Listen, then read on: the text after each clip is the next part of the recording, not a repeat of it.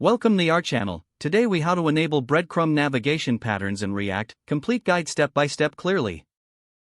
To enable breadcrumb navigation patterns in React, start by ensuring you have a React project set up. If not, create a new React app using Create React App. Open your terminal and run the command npx create react app breadcrumb demo. Once the project is created, navigate into the project folder using cd breadcrumb demo.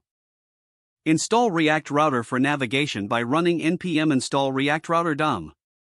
Create a new component for the breadcrumb by making a folder named Components inside the src directory. Inside the Components folder, create a file named breadcrumb.js.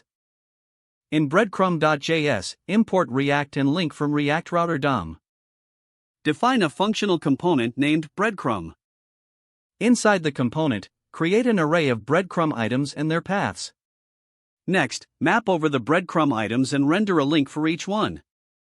Use the index of each item in the array to identify if it is the last item and avoid rendering a link.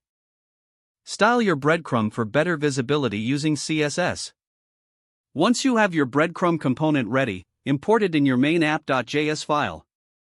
Wrap your application with browser router to enable routing features. Define the routes for your application using route components. Place the breadcrumb component at the top of your app.js inside the router.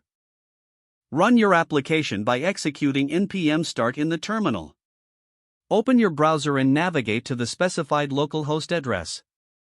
You should see your breadcrumb navigation rendering according to the routes you defined. Test your breadcrumb links to ensure they redirect to the correct routes. Adjust any styling or functionality as necessary to suit your design needs. With these steps, you have successfully implemented breadcrumb navigation patterns in your React app. If the page does not load, refresh the browser or try again in a private or incognito window. Make sure you are using the correct email address, then retype it carefully to avoid small typos. If your password is not accepted, use the reset option and create a new strong password you can remember. Check your spam folder for verification or security emails, then complete any requested confirmation steps.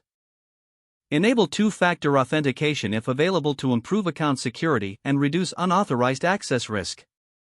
Don't forget to like this video and subscribe to our channel for more step-by-step tech guides.